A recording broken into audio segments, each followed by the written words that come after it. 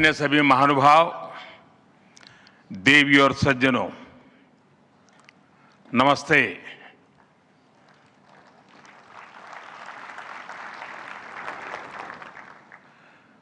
दुनिया की सबसे बड़ी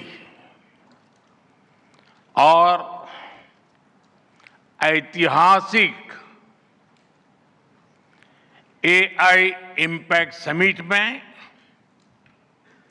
आप सभी का हार्दिक अभिनंदन है।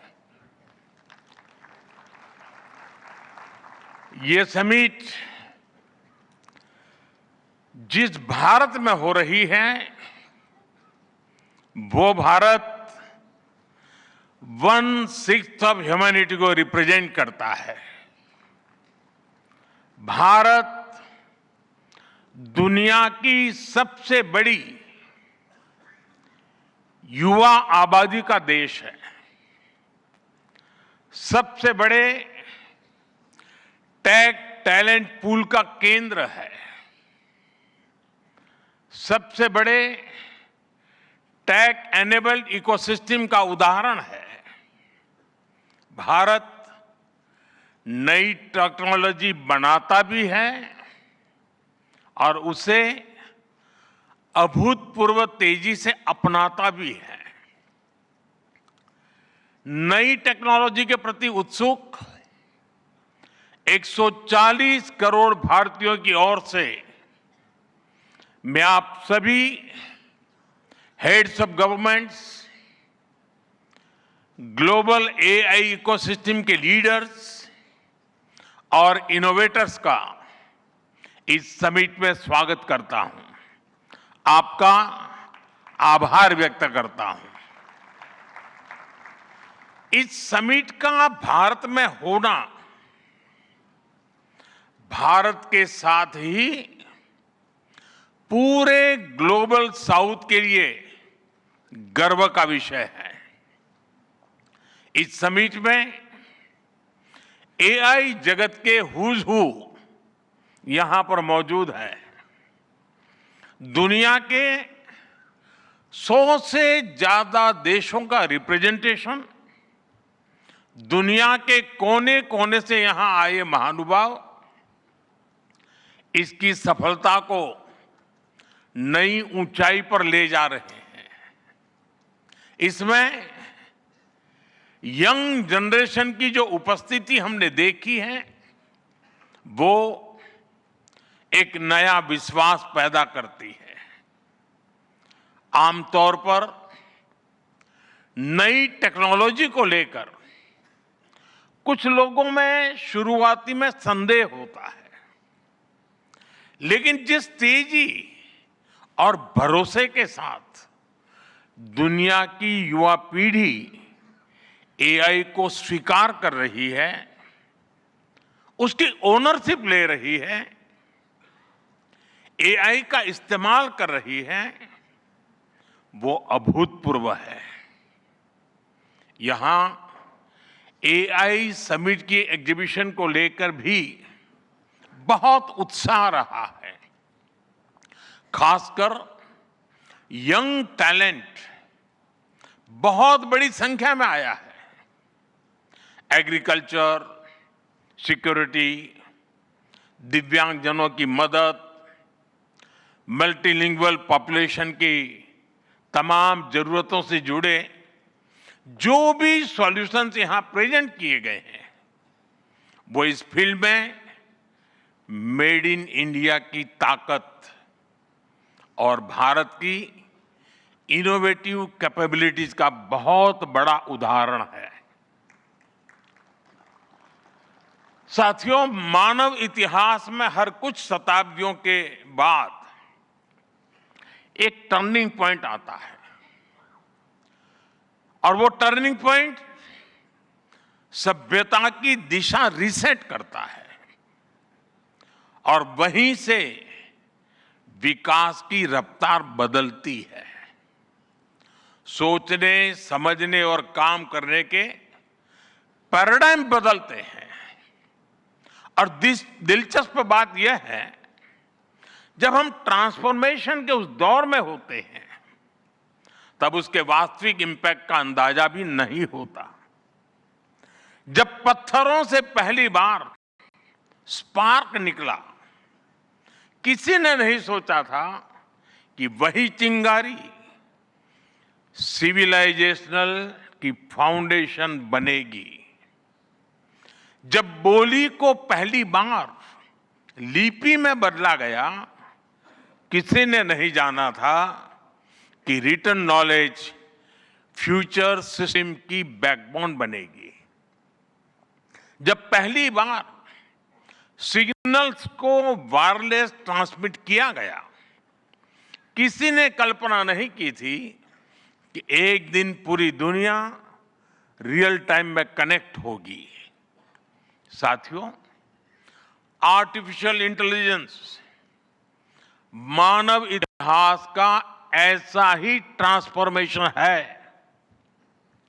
आज जो हम देख रहे हैं, जो प्रिडिक्ट कर रहे हैं, वो इसके इंपैक्ट का सिर्फ प्रारंभिक संकेत है। एआई मशीनों को इंटेलिजेंट बना रही है, लेकिन उससे भी अधिक मानव सामर्थ्य को कई गुना बढ़ा रही है। अंतर सिर्फ एक है, इस बार स्पीड भी अभूतपूर्व है और स्केल भी अप्रत्याशित है। पहले टेक्नोलॉजी का इंपैक्ट दिखने में दशकों लगते थे। आज मशीन लर्निंग से लर्निंग मशीन तक का सफर तेज भी है, गहरा भी है, व्यापक भी है। इसलिए हमें विजन भी बड़ा रखना है और जिम्मेदारी भी उतनी ही बड़ी निभानी है। वर्तमान पीढ़ी के साथ ही हमें इस बात की भी चिंता करनी है कि आने वाली पीढ़ियों के हाथों में हम एआई का क्या स्वरूप सौंपकर जाएंगे। इसलिए आज असली प्रश्न यह नहीं कि भविष्य में आर्टिफिशियल इंटेलिजेंस क्या कर सकती है। प्रश्न यह है कि वर्तमान में हम आर्टिफिशियल इंटेलिजेंस के साथ क्या करते हैं। ऐसे प्रश्न मानवता के सामने पहले भी आए हैं। सबसे सशक्त उदाहरण है न्यूक्लियर पावर। हमने उसका डिस्ट्रक्शन भी देखा है और सकारात्मक कंट्रीब्यूशन भी देखा है।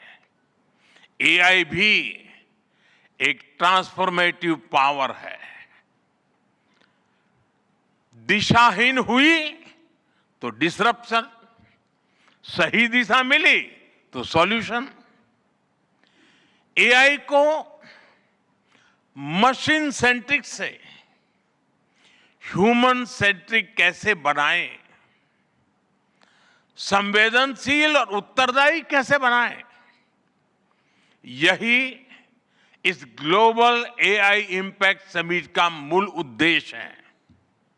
साथियों, भारत एआई को किस दृष्टि से देखता है, उसका स्पष्ट प्रतिबिंब इस समिट की थीम में है। सर्वजन हिताय, सर्वजन सुखाय, welfare for all, happiness of all. यही हमारा बेंचमार्क है।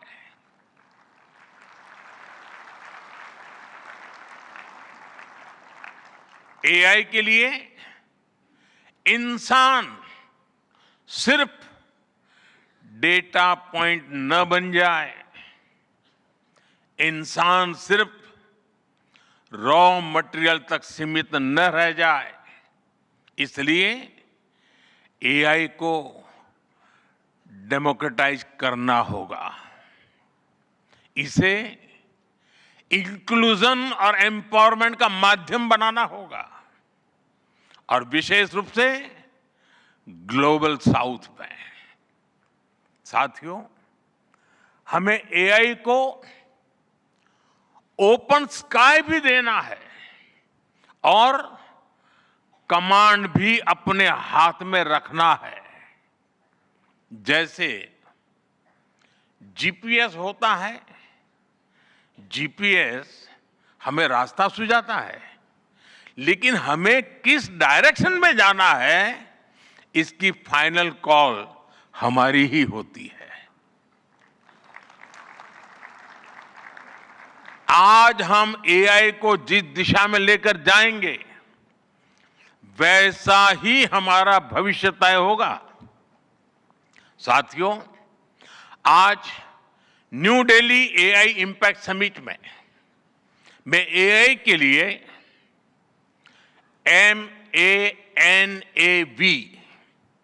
MANAV मानव विजन प्रस्तुत करता हूं। मानव का अर्थ होता है ह्यूमन, और मानव विजन कहता है M moral and ethical systems, यानी एआई एथिकल गाइडेंस पर आधारित हो। A अकाउंटेबल गवर्नेंस, यानी transparent rules, robust oversight. N national sovereignty, यानी जिसका डेटा उसका अधिकार। A एक्सेसिबल एंड इंक्लूसिव, यानी एआई मोनोपोली नहीं, मल्टीप्लायर बने। V वैलिड एंड लेजिटिमेट, यानी एआई लॉफुल और वेरीफाइबल हो।